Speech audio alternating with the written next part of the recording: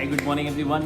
My name is Amrtansh and I am your friend from भाई साहब travel blog. आज हम बात करेंगे बहुत सारे ऐसे एस्पेक्ट के बारे में जो लेह लद्दाख पे जाने के लिए बहुत ज़रूरी हैं, और साथ ही हम इस बारे में भी बात करेंगे कि what we should do and what we should not practice.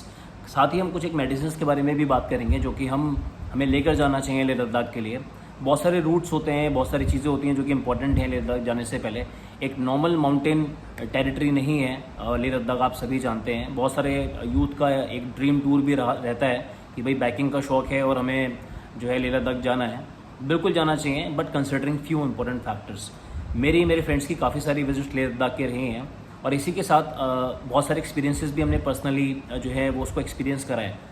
और जो पर्सनल एक्सपीरियंस होता है that is completely different from the one which is you are watching here and there. तो लेह लद्दाख में सबसे जो चीज़ें इंपॉर्टेंट हैं हम उसके बारे में बात करेंगे, डूज़ के बारे में बात करेंगे, डोंट्स के बारे में बात करेंगे, और लास्ट में I will mention medicines. Don'ts भी बहुत ज़्यादा ज़रूरी हैं और डूज़ भी। और अगर आपको ये मेरा चैनल पसंद आए, ये वीडियो पसंद आए, तभी लाइक करिए, सब्सक्राइब करिए, वरना मत करिए। डूज़ में पहला हमारा जो पॉइंट है जो कि आप लिस्ट में ऊपर देख सकते हैं, consider the weather condition and the route is a must. Of course आपको सबसे पहले वेदर कंडीशन जो है उसको कंसिडर करना चाहिए कि वेदर कंडीशन लेह लद्दाख की कैसी है।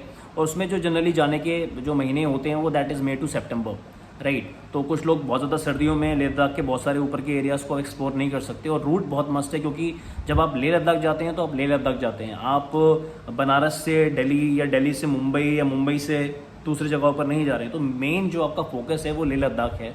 तो ऐसे में आपको लेह लद्दाख पे ही जाकर डायरेक्टली अप्रोच करना चाहिए। You should go to Leh directly. What is my suggestion personally, आप अगर एक रेगुलर कन्वेंशनल बाइकर नहीं है, और कन्वेंशनल रेगुलर बाइकर से मेरा मतलब ये है कि आप बहुत ज़्यादा डेली राइड नहीं करते या फिर आप बहुत ज़्यादा ट्रिप्स पे नहीं जाते हैं, इवन आप जाते भी हैं तो भी लेह लद्दाख टेरान जो है वो इतना ईजी गोइंग नहीं है, वहाँ के जो वेदर कंडीशंस हैं वो इतनी ज़्यादा फेवरेबल नहीं है।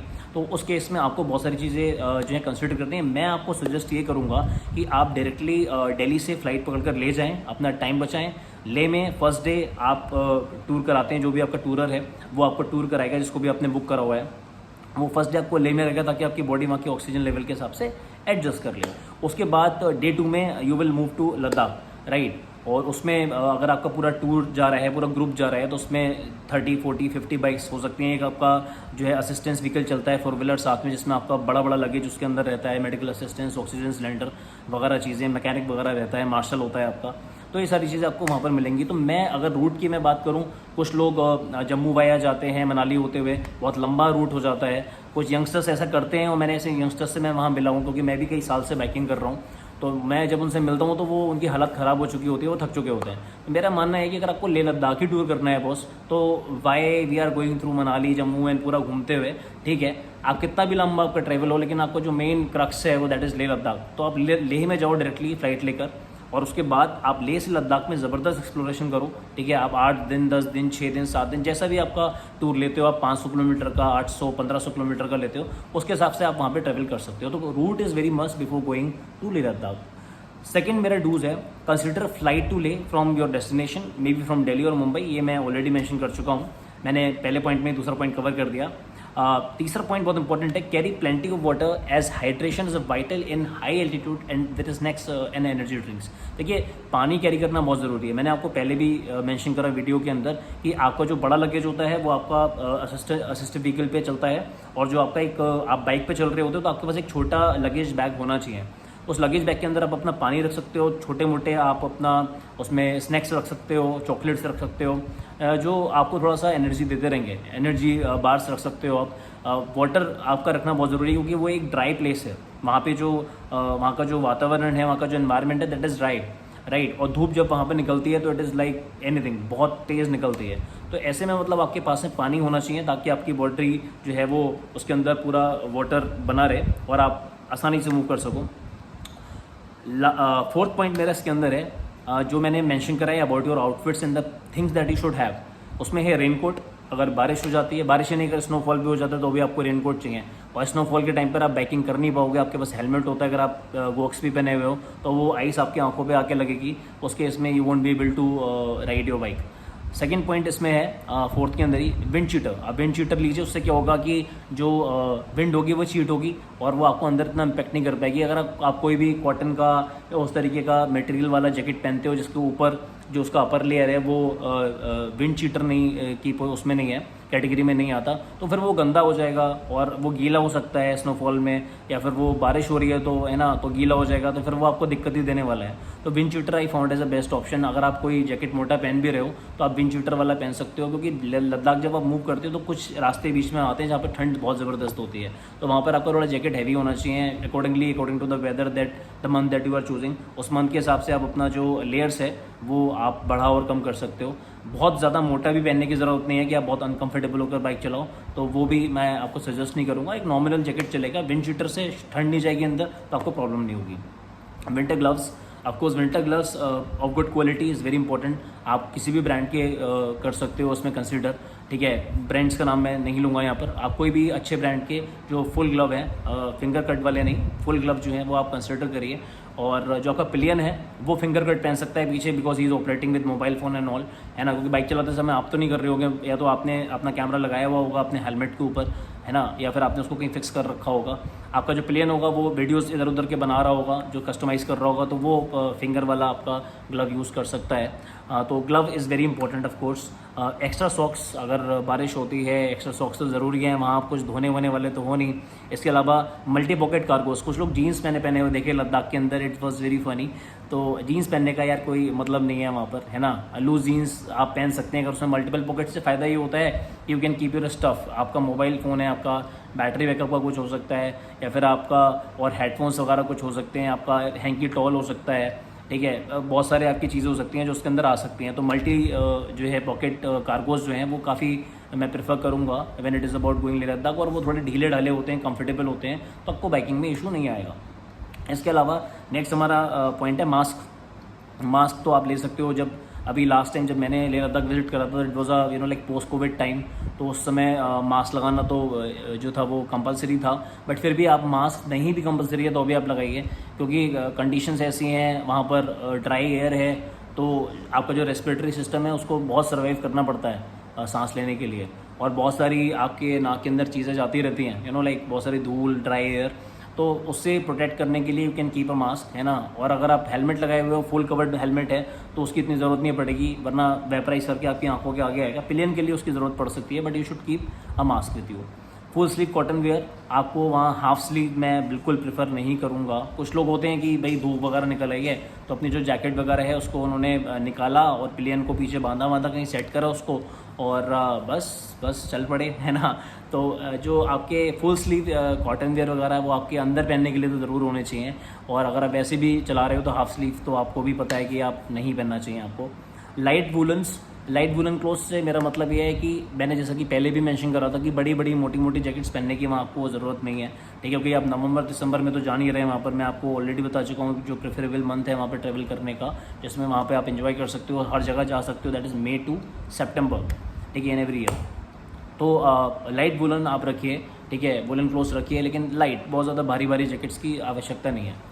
स्ट्रॉन्ग वॉकिंग शूज़, देखिए वॉकिंग शूज़, राइडिंग बूट्स, बहुत सारे ऑप्शंस हमारे पास में होते हैं। जो प्रॉपर राइडर्स हैं उनके पास राइडिंग बूट्स होते हैं विच इज़ ऑलमोस्ट 4 इंच और 3 इंच ऑफ हील, तो वो आपको हेल्प करेंगे। स्पेशली मैं उनको प्रेफर करूँगा जिनकी हाइट 5'6", 5'7" है।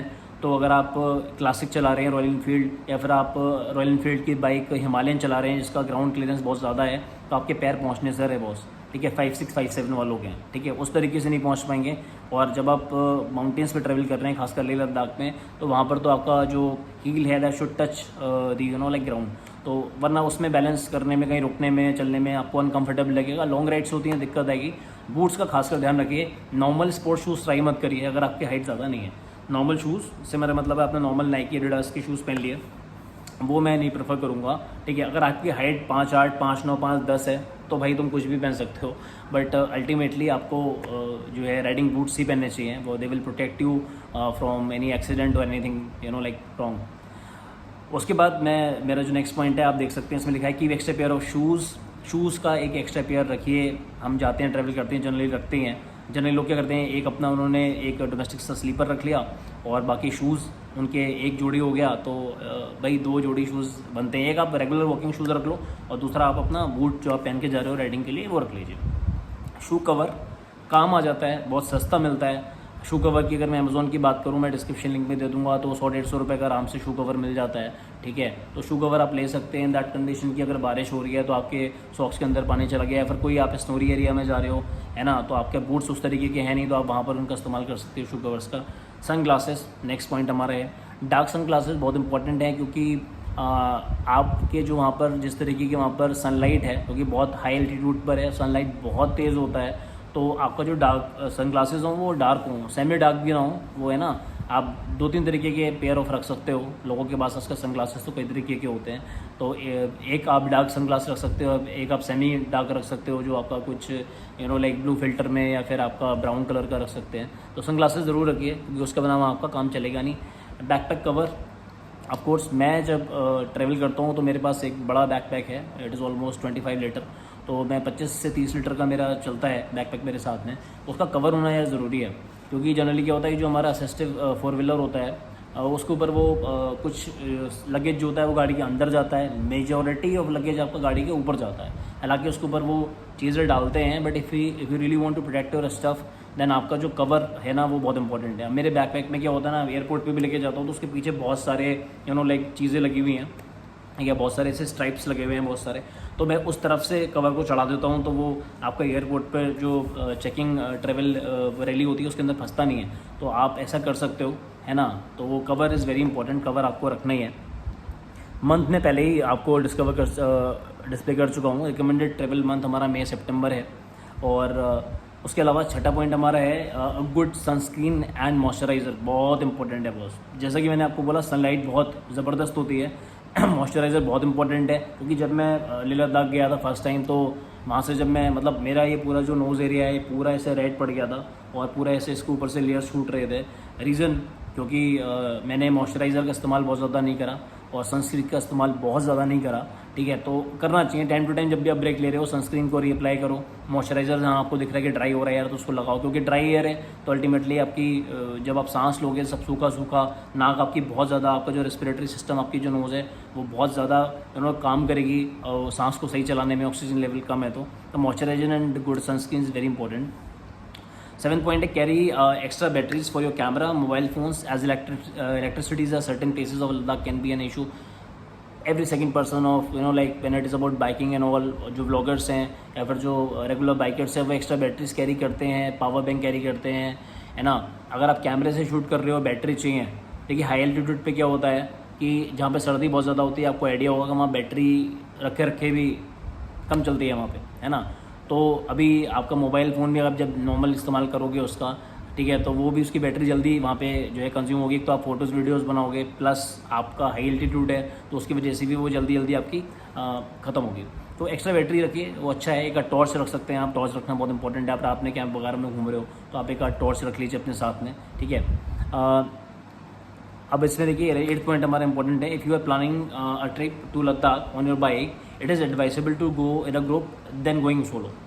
यस, आपको ग्रुप में ही जाना है, सोलो में जाने का आप मत ही सोचो। रीज़न बीइंग कि मान लीजिए 3-4 आप फ्रेंड्स हैं, आप अपनी बाइक लेके नीचे से पूरा ऊपर करके गए हो, आपकी अगर बाइक कहीं बीच में ख़राब हो गई, कौन आपको असिस्ट करेगा? आपके संग में कोई भी सपोर्टिंग व्हीकल नहीं चल रहा है। तो लेह लद्दाख का टेरान ऐसा है जहाँ बीच में आपको ना कौवा कबूतर भी देखने को नहीं मिलेंगे बॉस, है ना। जानवर तो आपको देखने को नहीं मिलेगा, लाइफ है नहीं। ऐसी बहुत सारी जगह हैं बीच में, तो वहाँ पर जहाँ लाइफ नहीं वहाँ मैकेनिक कहाँ बैठा होगा? तो आप सोच के देखो, मोबाइल फ़ोन काम नहीं कर रहा होगा आपका, ठीक है। तो अल्टीमेटली आपको मेरे हिसाब से ग्रुप में जाना चाहिए, मैं आपको वही सजेस्ट करूँगा, ठीक है। अगर आपको एक्सट्रीम लेवल एडवेंचर नहीं चाहिए तो, है ना, तो वो मैं आपको प्रेफर नहीं करूँगा। You should go in a group. आप किसी भी MMT वगैरह से या किसी दूसरे जो वहाँ पर लोकल बैकपैक क्लैन वगैरह हैं उनके थ्रू आप जा सकते हैं। और मैंने बैकपैक क्लैन जो है उसको रजिस्टर करा था और उसमें काफ़ी अच्छा हमें सपोर्ट मिला। उसको मैं नीचे डिस्क्रिप्शन बॉक्स में उसका मैं आपको इन्फॉर्मेशन दे दूँगा बैकपैक क्लैन का। उसका ऑफिस जो है दिल्ली में है, ठीक है। अभी हम नेक्स्ट बात करते हैं, तो सोलो में नहीं जाएं, ठीक है। 9th पॉइंट हमारा while within monastery premises do take permission of the monk और the person in charge before clicking pictures. Of course यार, आप इस तरीके के अगर आप रिलीजियस जगहों पे जा रहे हो तो मैं आपको प्रेफर करूँगा कि भैया फ़ोटो लेने से पहले वहाँ के लोगों से परमिशन ले लो। ठीक है, वो एक बहुत नॉर्मल चीज़ है, आप सब जानते हैं इस बारे में। उसके बाद हमने एक और इसमें पॉइंट डाला है, 10 पॉइंट बहुत ज़्यादा इंपॉर्टेंट है, जनरली लोग मेंशन नहीं करते हैं। वो है कि padded shorts to relieve your hips during biking. Yes, जैसे कि मैं साइकिलिंग भी करता हूँ, तो क्या होता है कि that your bumps go like anything, right. तो जब आप राइड करोगे, जब आप जा रहे होगे तो आपको इतना फील नहीं होगा, जब आप आ रहे होगे तब आपको फील होगा कि भाई my bums are going to be like anything, है ना। दर्द होने वाला है आपका, बाइक के फुट रेस्ट पे खड़े हो के अपने आप को आराम दोगे, अपने बम्स को आराम दोगे। तो बॉस मैं आपको ये प्रेफर करूँगा कि आप पैडेड शॉर्ट्स रख सकते हो जो साइकिलिंग के लिए आते हैं, एक ऑप्शन वो हो गया। कुछ जो बाइकर्स हैं वो उनका एक अलग फिनोमेना होता है, उनके पास हमेशा एक पैडेड पैड रहता है जो कि सीट के ऊपर फिक्स हो जाता है, टेम्प्रेरी पैड जिसमें इस तरीके के स्ट्रैप लगे होते हैं, वो सीट की जगह जाके क्लिप हो जाते हैं, ठीक है। तो वो अपने संग में इस तरीके के पैड्स रखते हैं, आप उसको चेंज कर सकते हो, आप उसको हटा दो बीच बीच में और फिर आप नॉर्मल सीट पे आ जाओ, तो क्या होगा, चेंज होता रहेगा पोस्चर में, तो उससे आप कंफर्टेबल रहोगे और बम्स आपके नहीं टूटेंगे। तो बम्स का जो है बहुत ध्यान रखें, क्योंकि लौटते समय अगर आप 600-700 किलोमीटर वाली राइड पर जा रहे हो, पेंगोंग से वापस आ रहे हो, जाते समय इतना फील नहीं होता, बट आते समय बैंड बच जाता है बॉस, तो उस चीज़ को आपको याद रखना है। इसलिए मैंने ये एक पॉइंट डाला है जो कि मुझे लगता है काफ़ी इंपॉर्टेंट है, क्योंकि मेरा फ्रेंड जो हम दोनों एक बाइक पर थे, हमारी तो बैंड बच गई थी भाई, और बाकी लोग भी बार बार बीच बीच में खड़े हो रहे थे। तो हमने उनसे पूछा कि क्या हुआ भाई, तो बोले भैया बस गए समझो। तो आप पैडेड शॉर्ट्स रख सकते हो। मेरा मानना है कि it is about a posture, जो कि एक रेगुलर पोस्चर बहुत देर तक चल रहा है तो उस पोस्चर में आपको दर्द होगा, पोस्चर चेंज होता है तो आपको वो दर्द उतना फील नहीं होगा। जैसे प्लेन बैठा हुआ है, पीछे बैठा है, उसको दर्द होगा, अभी वो बाइक राइड करने आएगा तो वो दर्द उसका थोड़ा कम हो जाएगा, वो पोस्चर चेंज हो गया, पोस्चर में बाइक का पोस्चर आ गया, तो वो पोस्चर चेंज होना ज़रूरी है। उसके लिए आप चाहे आप पैडेड शॉर्ट्स रख लीजिए जो आप आपके अंदर कार्गो के अंदर पहन सकते हैं, और या फिर आप जो बाइकर्स बनवाते हैं एक कस्टमाइज सीट टाइप की, है ना, बहुत सारे अच्छे क्वालिटी के फोम्स का इस्तेमाल करके और उसमें क्लिपिंग करके उसे कवर चढ़ा के सीट के साथ में उसको अटैच कर लेते हैं। उस तरीके के ऑप्शंस भी हैं विच इज़ वेरी चीप। अगर आप लोकल मार्केट में जाएँ तो आप किसी भी नॉर्मल सीट बनाने वाले से वो काम करवा सकते हैं। अब बहुत इंपॉर्टेंट पॉइंट है boss, 11th, check your bike before starting your journey for high altitude mountains, take pictures of your bike from all sides and specially chain sprocket if you are hiring it from your facilitator. Yes, मैंने बोला आपको, चाहे आप किसी भी tourer से कर रहे हो, कोई भी वहाँ पर इस तरीके के फैसिलिटेटर हो, आप अपनी बाइक बहुत चेक करो। ये वहाँ पे इस तरीके का स्कैम चलता है कि वो करते हैं कि आपका बाइक जो होता है वो आपको दिखाएंगे it is very much perfect, everything is fine, आप चेक कर लीजिए, वो बोलेंगे भी आपको, बट आप बहुत माइन्यूट चीज़ें नहीं चेक करते हो। और जब भी आप बाइकिंग करने के लिए जाओगे तो एक सिक्योरिटी अमाउंट वो आपके पास से रखवाते हैं, वो सिक्योरिटी अमाउंट हर एक बाइक का होता है। तो अब वो क्या करते हैं, जब आप वापस आते हो ना, तो वो सिक्योरिटी अमाउंट उड़ाने के चक्कर में रहते हैं। 3,000 रुपये मान लीजिए, 5,000 रुपये उन्होंने सिक्योरिटी अमाउंट लिया हुआ है, ठीक है। अब वो पूरा कभी वापस करते ही नहीं किसी को, हर एक बंदे का कुछ ना कुछ टूटा निकाल ही देते हैं वो। तो मैं तो ये बोलूँगा कि भाई ये जो एक्स्ट्रा कॉस्ट है, मैं तो उसको स्कैम ही कहूँगा, क्योंकि मेरे संग भी एक बार हो चुका है। मैंने जो मार्शल था, जो हमने उसको पूरा अपना बाइक दिखाया, चेन पॉकेट में जो पीछे वाला पोर्शन था उसका एक जो टीथ था वो टूटा हुआ था। तो मैंने बोला कि भाई देखो ये टीथ जो है वो हाफ से टूटा हुआ है, मैंने उसको दिखाया, तो बोला ठीक है कोई नहीं है, तो कोई इशू नहीं होगा, कोई दिक्कत नहीं होगी। मैंने कहा ठीक है जी, कोई दिक्कत नहीं है। अब हम लौट के आए, पूरा ट्रैवल करके आए 7-8 दिन, उसका जब लौट कर आए नीचे, तो वो जो आपका बाइक एक्चुअली कोई और जो है वो देता है ना, जो हमारे बैकपैक क्लेन वाले थे वो तो दूसरे बंदे थे, और बाइक वो उन्होंने किसी और थर्ड पार्टी से हायर की हुई थी। तो वो बंदा चेक करने के लिए आया, एनी सेट कह रही है तो चेन पॉकेट टूट गया भैया। तो मैंने कहा चेन पॉकेट टूट गया भाई, बाइक तो कहीं गिरी नहीं है, बाइक कहीं ऐसा कुछ हुआ भी नहीं है। बोले नहीं, इतना हाई एल्टीट्यूड है, इतना चलता है बाइक, तो चेन पॉकेट जनरली हर बार हमें चेंज करना पड़ता है एवरी टाइम। तो मैंने कहा यार जब हमने बाइक लिया था तो चेन पॉकेट का ये टीथ टूटा हुआ था, हमने दिखाया भी था, but T don't believe in, उसने हमारे 2,000 रुपये काट लिए।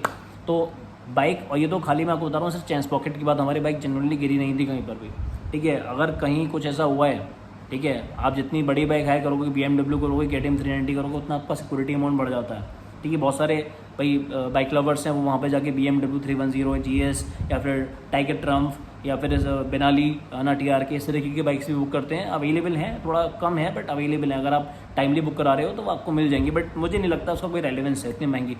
BMW 310 GS तक ठीक है, आप करा सकते हो उसको। आप KTM जो एडवेंचर है, ठीक है, वो कर सकते हो आप। Himalayan is very good bike for it, but pillion के लिए मैं प्रेफर नहीं करूँगा। उसके बारे में हम चलिए, हम बाइक के बारे में हम बाद में मेंशन करेंगे कि which is the best bike to go on Leh Ladakh. तो मैंने कहने का मतलब है कि आप उसकी फ़ोटो सिंगल स्क्रैच आप बहुत माइन्यूटली उसकी चारों तरफ से फ़ोटो ले लीजिए, स्पेशली चेन पॉकेट की, और सारी चीज़ें आप उसमें देख लो कि भैया कहाँ स्क्रैच है, कहाँ से टूटी है, कहाँ से जुड़ी हुई है। एंड शो इट जब आप वहाँ से मूव कर रहे हो, वरना वो ये भी कह सकता है फ़ोटो आपने लिया है अब आप उसको कहाँ डेट दिखाते फिरोगे, तो ये एक स्कैम है वहाँ पर, तो उसको आपको देखना पड़ेगा। हमारे 12th और लास्ट पॉइंट है डूज के अंदर, keep a relevant size bag with you while packing to keep your important stuff with you all the time as your big luggage will kept on your assistive 4-व्हीलर। ये मैं आपको पहले डिस्कशन में डिस्कस कर चुका हूँ कि एक जो नॉर्मल साइज़ बैग है आपका 12-15 लीटर का, वो आपका प्लेन पीछे कैरी कर सकता है, जिसमें आप अपना जो लगेज है, छोटा मोटा पानी हो गया, आपका सनस्क्रीन हो गया, आपका तो जो है अल्टरनेटिव आपने कोई अगर बॉक्स रखे हुए हैं, सनग्लासेस रखे हुए हैं वो हो गए, आपकी कैप वगैरह हो गई, आपके मास्क वगैरह हो गया या सॉक्स वगैरह हो गए, कोई भी अगर आपके एक्स्ट्रा मटेरियल है जो आप ऑन द गो, जैसे भाई आप तो बाइक पे चल रहे हो, पीछे से आपका वो 4-व्हीलर चल रहा है जो कि पीछे भी हो जाता है कभी कभी बहुत, तो अगर आपको कोई चीज़ मेडिकल किट हो गई ऑफ कोर्स, तो वो मेडिकल किट भी आपके बैग में रहनी चाहिए, जैसे आपका बेटाडिन हो गया, डिटॉल, सेवलॉन, और आपका कोई एक एंटीबायोटिक क्रीम हो गई, एक आपका जो है टेप हो गया, है ना, मेडिकेटेड टेप जो होता है वो आप ले सकते हो, है ना, बैंडेज वगैरह रख सकते हो, ठीक है। तो वो चीज़ बहुत इंपॉर्टेंट है, क्योंकि बैग होना मेरे हिसाब से is one of the most important aspect, because आप अपना you have to keep your like small stuff out there. और ये हमारे डूज का एंड है।